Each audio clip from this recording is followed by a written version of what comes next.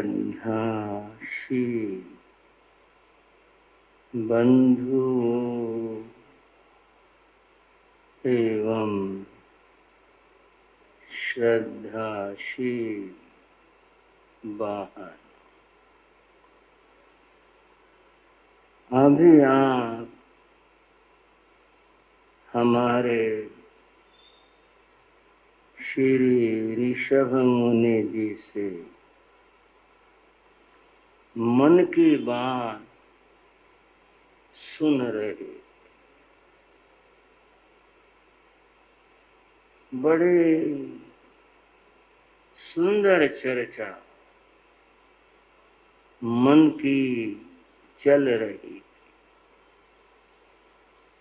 कई बातें बताई। मन चंचल है, मन बलवान है, मन की और भी बातें आपके सामने रखी है। बंधुओं, यह बात तथ्य है कि मन बहुत बड़ी शक्ति है। मनुष्य के पास 3 शक्तियां हैं। मन की, वाणी की और काया की। अब इनकी क्षमता को अगर समझा जाए तो विपरीत क्रम से समझेंगे। काया की क्षमता बहुत है। कितनी है? पुनः कहेंगे बहुत है। इतनी क्षमता है कि जिनका भी पुण्य उदय होता है वे कायिक बल से बड़े बड़े काम कर गुजरते, परंतु कितना भी कुछ कर लो, काया की क्षमता और शक्ति फिर भी सीमित रहेगी। काया से ज्यादा वाणी की शक्ति। ये बात कुछ कम समझ आई होगी। वाणी की क्या शक्ति है? बोलने में क्या है? एक आदमी सुबह से शाम तक बोलता ही रहता है, इसमें कौन सी बात है? बंधुओं, वाणी जब सूक्ष्म होती है तब यह ध्वनि कहलाती। और ध्वनि की जो शक्ति है वह बहुत प्रबल होती। यहां तक कि जो विस्फोटक द्रव्य हैं, जिनको बम कहते हैं, उनसे भी ज्यादा शक्ति इस वाणी की है। आप कहेंगे केवल उत्तेजना फैलाने में।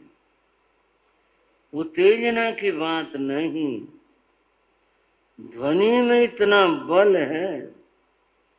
ये कोई धर्मशास्त्र की बात बताने नहीं जा रहा, विज्ञान की बात बता रहा हूं। अगर ये सूक्ष्म और सूक्ष्म हो जाए और कर दी जाए, पत्थर भी तोड़े जा सकते। इतनी विकट वाणी, ध्वनि की शक्ति। वाणी तुम्हारी स्थूल है, जो सूक्ष्म सूक्ष्म होती है और ध्वनि में बदलती है, तो बहुत शक्ति इसकी होती। ध्वनि से, वाणी से अधिक मन की शक्ति। मन की शक्ति को ज्ञानी तो जानते हैं, लेकिन आप और हम मन की शक्ति का अनुमान लगा नहीं सकते। मन की शक्ति तो अपार है। पल भर में बात करूं, प्रकाश की गति कितनी अधिक है। अभी तक भौतिक जगत में प्रकाश से तीव्र गति किसी और पदार्थ की, वस्तु की नहीं आकी गई। लेकिन मन की जो गति है वो प्रकाश से भी ज्यादा है। प्रकाश 1 सेकंड में 1,00,000 किलोमीटर गति से चलता है। मन तो उससे भी कहीं तीव्र और तीव्रतम। बंधुओं, इतनी अधिक इस मन की शक्ति। मन की शक्ति में क्या होता है, क्या बात होती है, कैसे होती है? बंधुओं, ये जो हमारा मन है, यह शरीर की तरह से स्थूल नहीं। मैं चाहूंगा थोड़ा सा समझने का प्रयास करें, कुछ बात समझ आ जाए। मन सूक्ष्म है, लेकिन उसके भी 2 भेद हैं, द्रव्य मन और भाव मन। द्रव्य मन फिर भी पौद्गलिक है, पर शरीर की तरह से नहीं है। और भाव तो भाव रूप से है। ये जो हमारा मन है, इस मन में ही सारे भाव उत्पन्न होते, काया में उत्पन्न नहीं होते। आप कहोगे दिमाग, ब्रेन में उत्पन्न होते। धार्मिक विचार से वो भी नहीं है। यह भी स्थूल है, दिमाग भी। दिमाग की बात और भाव की बात आप ऐसे समझ लें, जैसे तार और तार में रहा हुआ करंट। तार संवाहक है, तार महत्वपूर्ण है, लेकिन करंट और चीज है। इस दिमाग में भी जो काम होता है और करते हैं, वह सब मन के द्वारा होता है। जिस दिन ये ज्योति बुझ जाती है, ये दिमाग यहीं रहता, कुछ नहीं होता, फिर कुछ नहीं। तो मैं ये बता रहा था, ये जो मन है, इसमें ही सारे भाव उत्पन्न होते। और भाव क्या चीज है? भाव समझो, भाव विचार, जिसका विचार कहते हो अलग नहीं है। ये भाव ही है, केवल पर्यायवाची हैं। ख्याल, थॉट, ये सब भावों के नाम हैं। भाव कहो, भावना कहो, विचार कहो, वो सब उसके नाम। बंधुओं, ये सारे के सारे मन में हैं और इन भावों की जो शक्ति है वो बहुत प्रबल होती है। ये इतनी प्रबल है भाव की शक्ति कि ये क्षण भर में इतने कर्मों का बंध कर दे, क्या कहें, क्या व्याख्या करें। और क्षण भर में इतने कर्मों की निर्जना भी इस मन के द्वारा हो जाती है, इसकी व्याख्या नहीं हो सकती। तो बंधुओं, ये मन बहुत बड़ी ताकत है। सारे भाव और भावनाएं इसमें ही उत्पन्न होते। यही हमारा मन पाप और पुण्य का कारण है। आप कहोगे पाप और पुण्य अपनी जगह है, नहीं, उन सब का कारण ये मन है। कैसे मन है, थोड़ी समझ लो।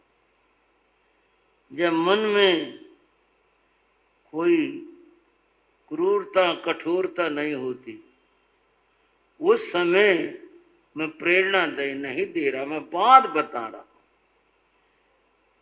विवाह शादियों में गालियां दी जाती, श्राव को, हाँ जी, होता है ना, ये गालियां देते। और गालियां ना देना कुछ नहीं भाई, इनका तो खुशी नहीं थी कुछ भी। गालियां दी जाती हैं और गालियां सुनकर लोग खुश होते हैं। बोलो, गाली सुनकर खुश होते हैं। और बंधुओं, दूसरी बात यह है, वैसे कोई किसी को एक शब्द भी कह दे तो इतनी बड़ी बात हो जाती है, समेटने में न आए। ये क्या बात हुई, एक बार में तो गाली आनंद का कारण बन गई। एक बार में वही शब्द बड़े भारी झगड़े के कारण बन गई। ये हुआ क्या, मैं ये बताने लग रहा था, ये सारे मन की बात। जो बाहर है ना, उसका संचालन भीतर से। मन अगर अच्छा है, भाव अगर अच्छे हैं, सब अच्छा है। मन खराब है, भावनाएं खराब हैं, तो बंधुओं सब कुछ खराब होता है। मन की ऐसी विचित्र बात है। ये जो भावनाएं हैं, इन सब का उद्गम स्थल हमारा मन हुआ करता। मैं आपको ये बताना चाह रहा था। ये तो एक बात हुई। दूसरी बात आप ये समझें, जो भी कुछ होता है और संचालन होता है, वह मन से होता है। जैसे एक उदाहरण देता हूं। एक कोई चित्रकार है, चित्रकार के पास में रंग है, ब्रश है, और उसके पास कैनवास, कागज, वो भी है। चित्र बनता कैसे है, ब्रश उठाया और रंग में डुबोया, हाथ चलाया, ऐसे नहीं बनता। आज सोचियो कर दिया और बन गया। चित्र पहले मन में बनेगा। हाँ जी भाइयों, कहां बनेगा, मन में बनेगा। मन में चित्रकार के पहले एक चित्र बनता है कि मैंने मोर बनाना है और वो ऐसा ऐसा बनाना और ये दिखाना है। वो पहले चित्र मन में बन गया। जो वहां बन गया, बस वो तो अब हाथ के द्वारा कागज के ऊपर उतरता है। जब तक मन में चित्र ना बने, भीतर में कुछ ना हो जब तक, बंधुओं कितने कुछ कर लो, हाथ चला लो और कुछ कर लो, कितने ब्रश और रंग ले लो, बनेगा ही नहीं। इसको दूसरी त्रिलोक भाई कुछ मूड नहीं बनना, क्या बताएं, समझ नहीं आ रही बात। मूड बनेगा तो एक पल में बन जाएगा, क्या बताएं। वो मूड क्या चीज है, इसी की बात कह रहे हैं। इस मन में पहले कार्य होता है, उसके बाद व्यवहार में बाहर में कार्य होता है। उसके बिना तो, मन के भाव के बिना तो कुछ भी नहीं होता। पहले आपके मन आएगा चलो, फिर आप चलेंगे। ऐसे नहीं होता बिना मन के यूं ही पांव चल पड़े और ऐसे पहुंच गए, ऐसे कभी भी नहीं होगा, मन के द्वारा होगा। अब यहां इतना कहने के बाद मैं आपको ये समझाना चाहता हूं कि मन में जो भाव आते हैं ये अच्छे और बुरे दो तरह के होते हैं। बुरे भाव अगर आ जाएं उनको रोकने की जरूरत है। आप अगर रोकेंगे कैसे, वो मैं बता रहा हूं। मन से बड़ी सत्ता आत्मा की है। मन से बड़ी सत्ता आत्मा की है।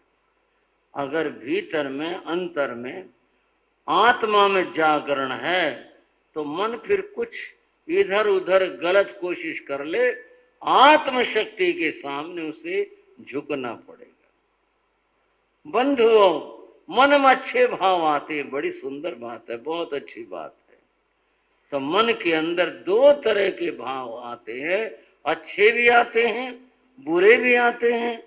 जो अच्छे भाव है वो तो अच्छे हैं ही, अगर बुरे भाव मन के अंदर आते हैं वो कर्म बंध के कारण है, उनको रोकने की जरूरत है। रोका कैसे जाए, वो रोके जा सकते हैं आत्मा की शक्ति के द्वारा, अपने चेतना के द्वारा, अन्यथा तो फिर कर्मों का बंध होता रहे।